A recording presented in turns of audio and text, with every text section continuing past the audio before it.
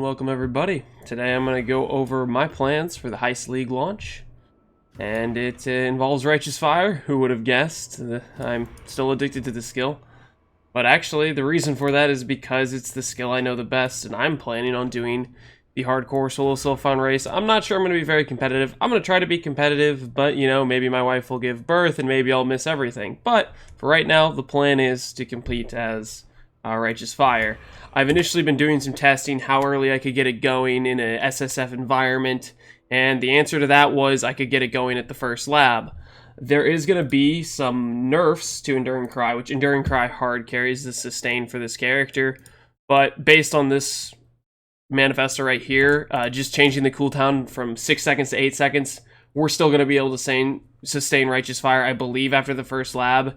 It'll be kind of sketchy that first few, I don't know, 5 to 10 levels after the first lab, but it'll be doable on hardcore. So I'm still planning to start Righteous Fire. I think the build will work a-okay, and I'm pretty excited to play it out. That being said, now over the next few days here before the league launches, I'm going to be testing the character, practicing the start of the character, going through all the steps I need to take to go from level 1 to level 30, switching over to Righteous Fire, and then going through the campaign.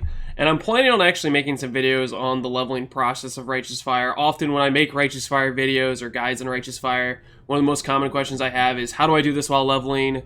When can I switch over to Righteous Fire? Stuff like that. So I think I'm going to attempt to make some guides on that just as I'm going through, making sure I got the process down. I know what I'm talking about when I'm telling you guys how to do it. If you want to start Righteous Fire as your character. Initially right now, this character itself is level 53. We just got our first cruel lab done.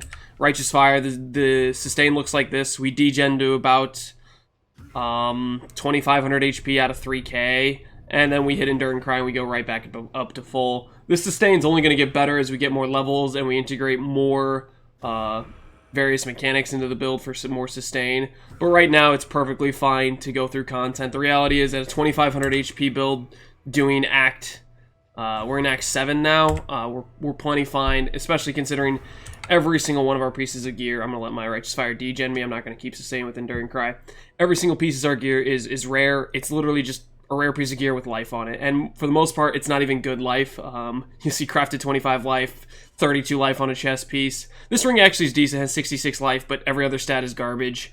The helmet, 45 life. The shield is okay, it's 90 life. This can go up to like 140, something like that.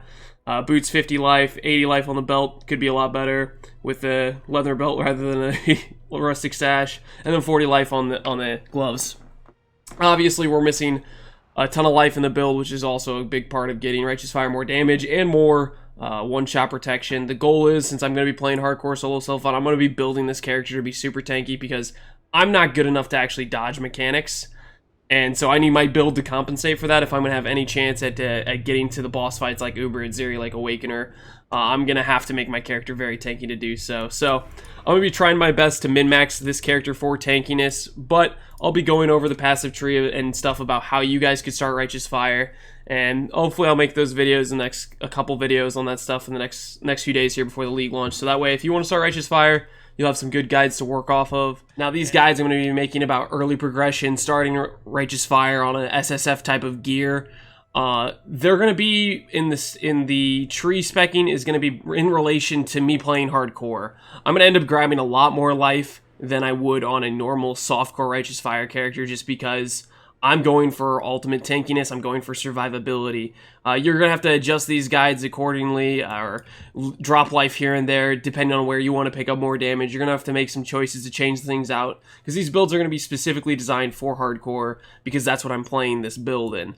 But it also will be a good template for you to take if you want to play this Righteous Fire play style early on from a league start and enjoy it. And then as you level up and you're able to buy more items in softcore and trade, and you have more options available to you, then you can start to drop various passives I take for defense and grab yourself offensive passives, so that way you can really start melting some content. Hopefully you guys will enjoy the videos I make on leveling progression with Righteous Fire and that sort of content on that. But that's what I'm planning to do the next few days here, and that's what I'm going to be doing on stream while I'm playing this character, testing everything out, min-maxing it before the league launch. And we'll see you guys on league launch, and hope you guys enjoy. I appreciate you all watching this video. Have an excellent day, my friends.